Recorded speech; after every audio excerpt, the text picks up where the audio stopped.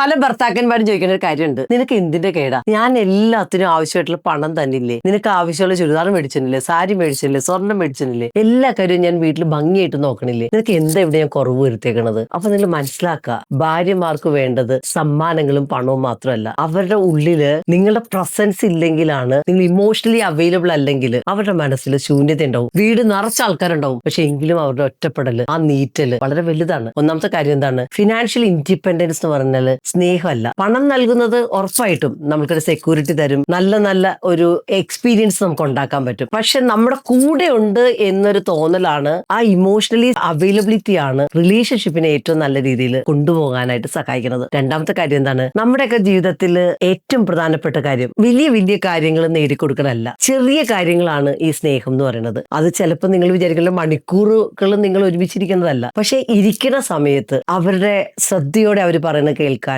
അവരെ അവരായിട്ട് അംഗീകരിക്കാൻ, അവരുടെ ഇമോഷൻസിനെ മാനിക്കാനായിട്ട് നിങ്ങൾക്കൊരു ശ്രദ്ധയുണ്ടോ? നിങ്ങൾ അതിനുവേണ്ടി ശ്രമിക്കാറുണ്ടോ? നിനക്ക് എങ്ങനെയുണ്ട്, നിനക്ക് എന്താണ് ഇപ്പൊ ഫീൽ ചെയ്യണത്, ഞാൻ നിന്റെ കൂടെ ഉണ്ട് എന്നൊക്കെ തിരക്കാൻ പറ്റുമ്പോഴാണ് ആ ഒരു കണക്ഷൻ ബിൽഡ് ആവുന്നത്. മൂന്നാമത്തെ കാര്യം എന്താണ്?